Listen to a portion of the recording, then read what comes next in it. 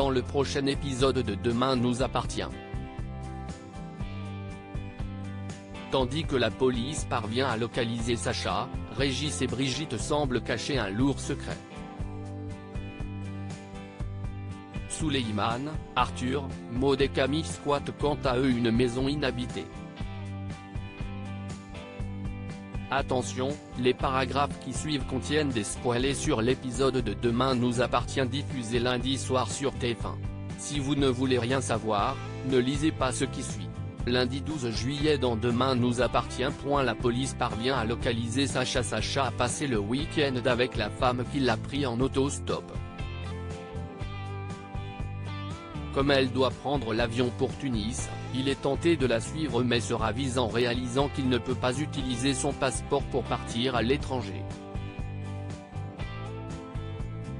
Le tueur en série profite alors qu'elle soit sous la douche pour lui voler son argent et sa voiture avant de prendre la fuite. Pendant ce temps, la police a lancé un avis de recherche contre Sacha et croule sous les appels de personnes qui pensent avoir repéré le suspect aux quatre coins de la région. Avec les nombreux barrages mis en place, Martin est convaincu que le fugitif n'en a plus pour longtemps. Plus tard, Sarah informe le commandant Constant qu'un véhicule a été volé à Agde par un individu correspondant au profil de Sacha. La victime ayant été effectivement en contact avec lui, Martin la convoque sur le champ. À l'hôpital, Juliette prépare ses affaires pour rentrer chez elle. En pleurs, la mère de famille s'en veut terriblement d'avoir été assez stupide pour ne pas dénoncer Sacha à la police et se dit responsable du traumatisme vécu par ses enfants. Pour la réconforter, Tristan trouve les mots justes et lui rappelle par ailleurs que Sacha est le seul responsable dans cette histoire. Par la suite, Juliette, Océane, Ben et Gaspard rentrent à Frontignan le cœur lourd. Au lieu de rentrer dans la maison, ils se réunissent alors dans le jardin et découvrent avec effroi la tombe que Sacha avait creusée pour eux.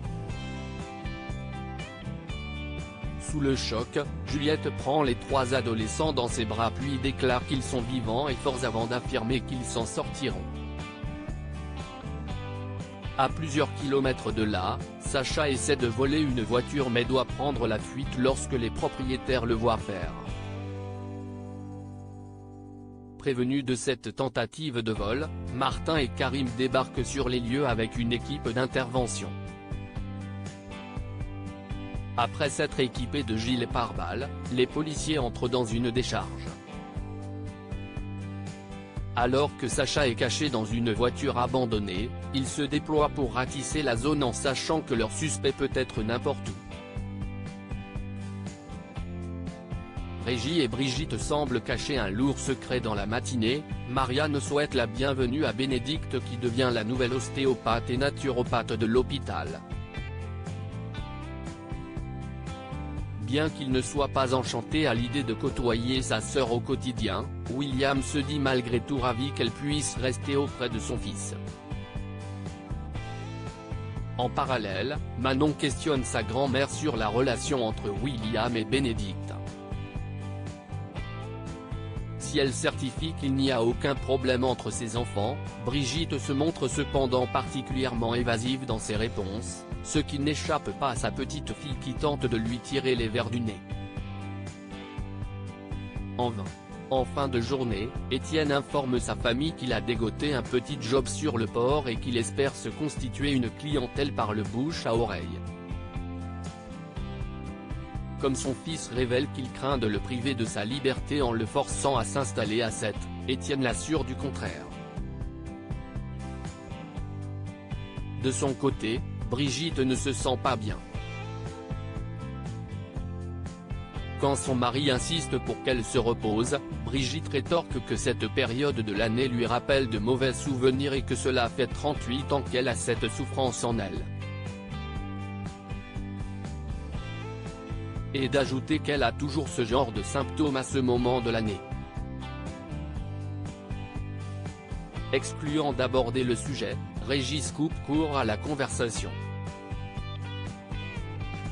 Souleymane, Arthur, Maud et Camille squattent une maison inhabitée. Souleymane, Arthur, Maud et Camille ont décidé de squatter illégalement une maison avec piscine pour les vacances d'été. Les propriétaires de cet atelier d'artistes étant à Bali depuis le mois de janvier, les adolescents s'imaginent déjà les soirées qu'ils vont pouvoir organiser pendant leurs vacances. Sous le charme des lieux, ils invitent leurs amis le lendemain pour fêter la fin des examens dignement.